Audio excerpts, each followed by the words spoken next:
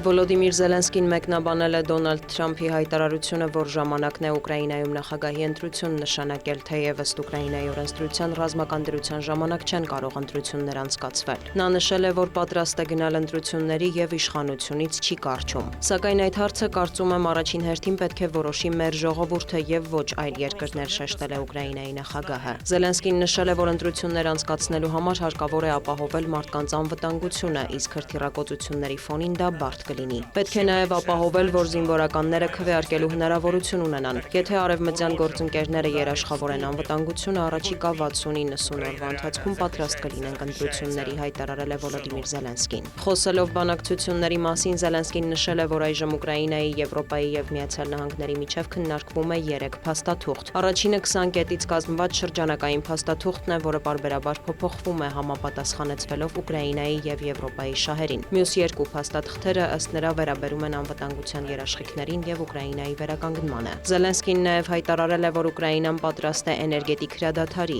ինչ վերաբերում է Ղրիմը վերադարձնելուն եւ ՆԱՏՕ-ին անդամակցությանը, Ուկրաինայի նախագահն ընդունել է, որ այս պահին դրանք անիրատեսական են։ Վլադիմիր Պուտինը հերթական անգամ հայտարարել է, թե Դոնբասը պատմականորեն ռուսական տարածք է։ Դա կարևոր տարածք է, Ռուսաստանը ստեղծվել է այնպես, որ այդ հողը միշտ եղել է մեր մի մասը, համոզմունք է հայտնել Կրեմլի ղեկավարը։ Պուտինը խոստացել է, որ իր ձևակերպմամբ հատուկ ռազմական գործողությունը կհասնի իր նպատակներին եւ տրամաբանական ավարտին։ Ռուս-ուկրաինական կարգավորման համար Մոսկվան պահանջում է Ուկրաինայից դուրս գալ Դոնեցկի նույնիսկ այն տարածքներից, որոնք դեռ ուկրաինական ուժերի վերահսկողության տակ են։ Ռուսաստանը նաեւ պահանջում է Դաշնության մաս ճանաչել Լուգանսկը, Զապորոժիեի եւ Խերսոնի մարզերը։ Այս պահանջներն անընդունելի են Կիևի համար։ Կարգավորման ամերիկյան ծրագրի ամենախնդրահարույց կետերից մեկն էլ հենց տարածքների հարցն է։ Կողմերին չի հաջողվում փոխզիջման հասնել։ Ռուսաստան-Ուկրաինա հնարավոր կարգավորմանն է անդրադարձել Պուտինի հատուկ ներկայացուցիչ բանակցային թիմի անդամ Կիրիլ Դմիտրիևը։ Նրա խոսքով Դոնալդ Թրամփի միջնորդական ջանքերով երրորդ համաշխարհային պատերազմի սպառնալիքը նահանջել է։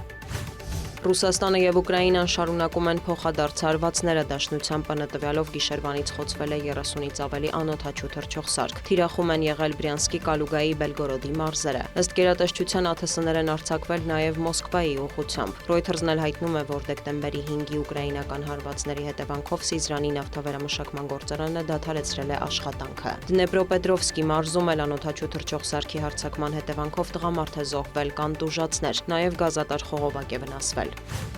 Թայլանդական զորքերը ռազմածովային ուժերի ներգրավմամբ լայնածավալ գործողություն են սկսել Կամբոջայի ծովային սահմանին։ Գործողության գոտում տեղակայվել է ռազմանավ, որը պետք է 24-ժամյա պարեկային եւ հետախուզական աշխատանքներ իրականացնի։ Թայլանդական կողմը նախազգուշացրել է, որ էսկալացիայի դեպքում կանցնեն համապատասխան գործողությունների։ Կամբոջայի հետ սահմանի վիճելի հատվածներում օրերս վերսկսված բախումների ֆոնին ավելանում է զոհերի թիվը ինչպես խաղաղ բնակչության, այնպես էլ զինվորականների շրջանում։ Տասնյակ հազարավոր բնակիչներ տարհանվել են։ Հոկտեմբերին երկրները ԱՄՆ նախագահի միջնորդությամբ ընդլայնված խաղաղության համաձայնագիր էին ստորագրել, սակայն Թայլանդի վարչապետը հայտարարել է, որ արդեն մոռացել է այդ մասին։ Դոնալդ Թրամփն իր հերթին խոստացել է հեռախոսազրույցներ անցկացնել եւ կրկին դադարեցնել Թայլանդի եւ Կամբոջայի միջև հակամարտությունը։